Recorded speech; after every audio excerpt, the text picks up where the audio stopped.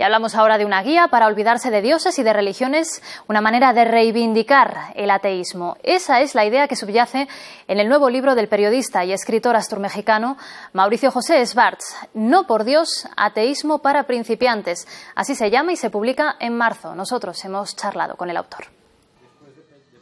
8 meses para escribir No por Dios, ateísmo para principiantes, pero toda una vida dándole vueltas a un asunto que hoy, dice, tiene más entidad que nunca.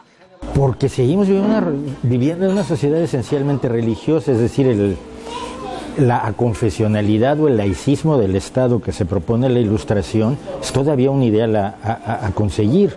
El poder que tiene la Iglesia, el poder que tienen las iglesias en todas las sociedades es mucho mayor del que a veces queremos reconocer. Nos encontramos con Mauricio José en uno de los escenarios habituales donde suele escribir en su tiempo de ocio y donde ha reformulado el concepto de ateísmo mostrándolo ya sin fisuras. Ser ateo no es defender la inmoralidad, ser ateo es ser una persona normal y corriente que simplemente no tiene.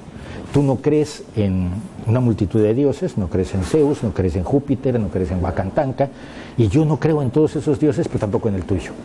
Mauricio José es además muy activo contra las supersticiones y las llamadas pseudociencias, y lo hace por diferentes frentes: redes sociales, blogs, artículos en prensa y, claro, en estos libros de divulgación. Si tú sabes que los científicos son malvados y lo que quieren es hacerte daño, de alguna forma crees que tienes control sobre la realidad.